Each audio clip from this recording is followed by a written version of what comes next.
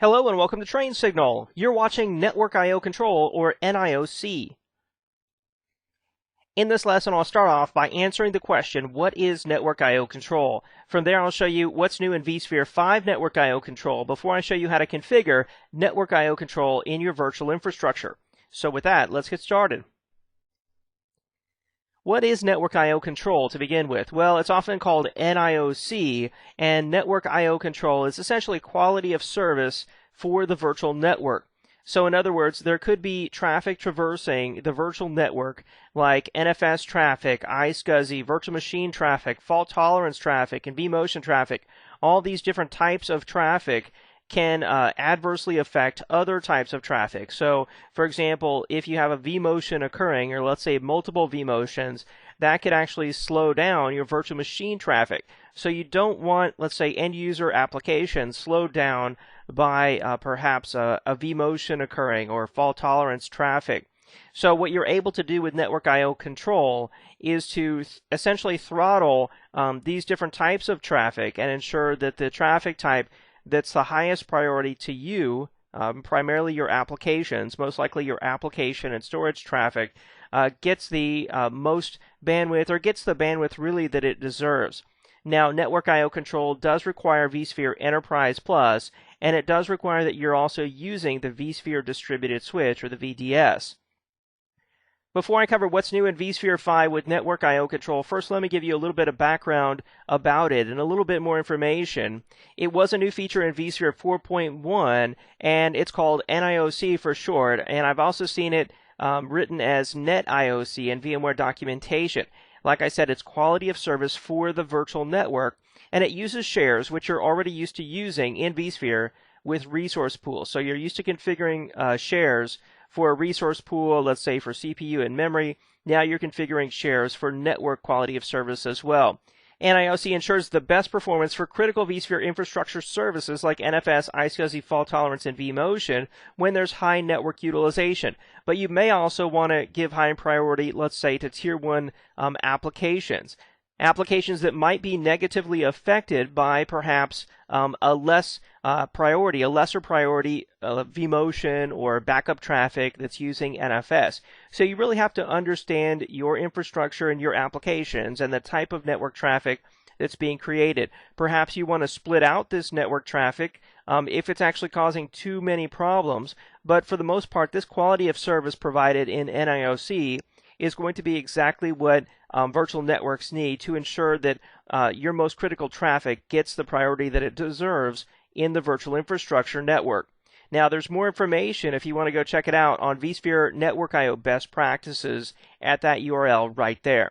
So now let's move on and let's talk about what's new in vSphere 5 Network I/O Control.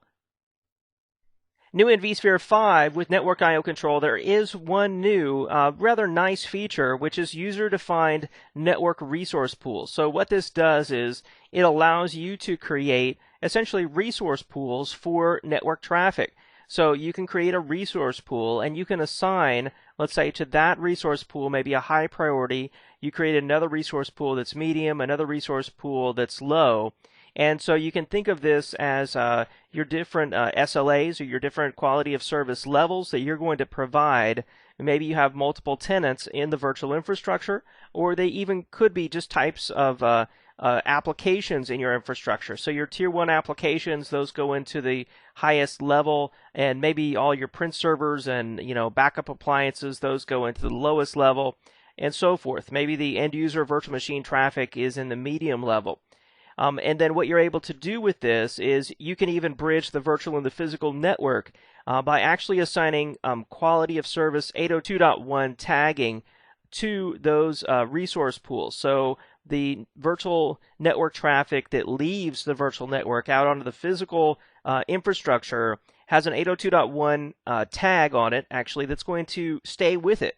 So this tagging, this quality of service network traffic tagging that you're doing in the virtual infrastructure is actually going to go out onto the physical infrastructure as well. And if there's traffic that's tagged out on the physical infrastructure, it could go into the virtual infrastructure, and those traffic tags would be respected as well. So that's what's new in vSphere 5 with Network I/O Control.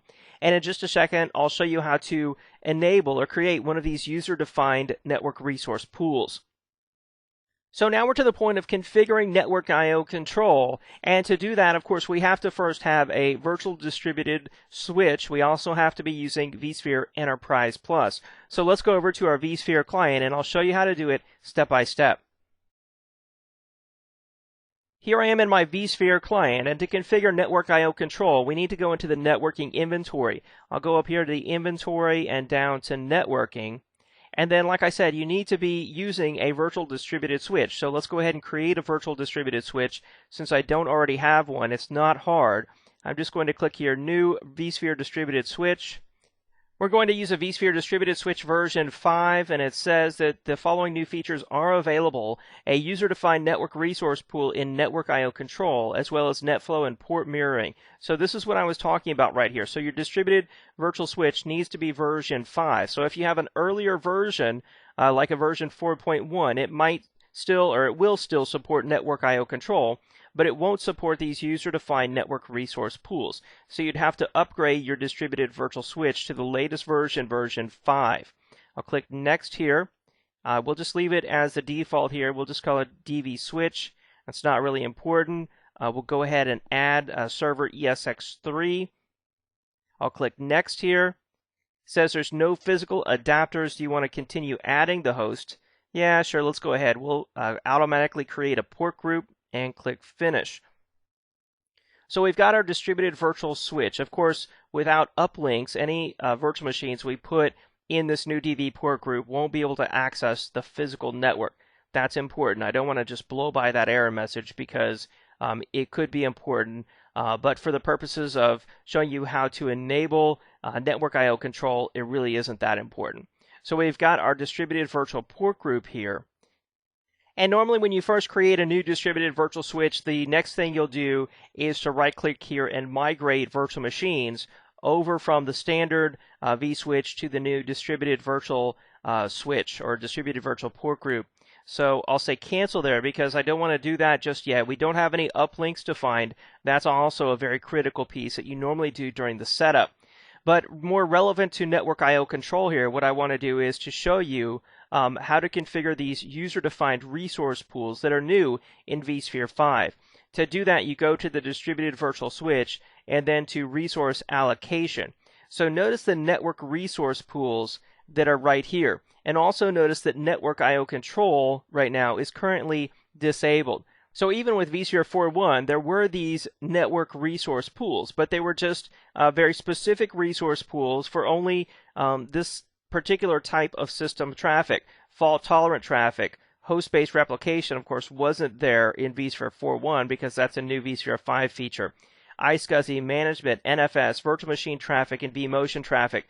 Notice how these different types of traffic pools or resource pools have different adapter shares. So here's normal share value for fault tolerance, and here's high for virtual machine traffic. Notice right now there's no quality of service priority tagging. That's a new thing in vSphere 5. And notice that right now they all have unlimited traffic throughput on the virtual network. They have an unlimited amount of megabits per second they can send and receive on the virtual network. But then notice this new section down here called user-defined resource pools and how we can go up here and we can actually create a new networking resource pool. But first, let's enable network I/O control on the DV switch. So here I'll click Properties, and right here, that's all you have to do actually to enable NIOC on a distributed virtual switch. I'll click OK here.